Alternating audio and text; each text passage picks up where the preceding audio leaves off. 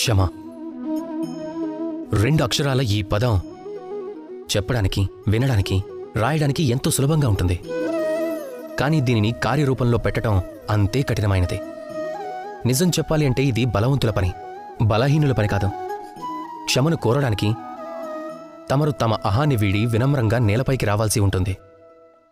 అలాగే క్షమించడానికి కూడా అంతే ఔదార్యం కావాల్సి ఉంటుంది. మీకు తెలుసు, సింహం అనేది అడవికి రాజుగా గౌరవించబడుతుంది అని. అది లేడీని కూడా క్షమించగలదు తనకి నిద్రభంగం చేసినా. ఆ పని మీరెందుకు చేయలేరు? ఆ సింహం అనుకుంటే ఒకే ఒక పంజా దెబ్బతో ఆ లేడీని అంతం చేయగలదు. జీవితంలో ఒక్క విషయం గుర్తుంచుకోండి. ఒకవేళ మీలో క్షమించడానికి గాని, క్షమను కోరడానికి గాని దక్షత ఉంటే, తమలో అంతటి సామర్థ్యం ఉంటే, తమరు బలహీనులు కారు, అత్యంత శక్తివంతులు. ఎందుకంటే తమ వద్దున్నది అతి మహత్తరమైన శక్తి. రాధాకృష్ణ.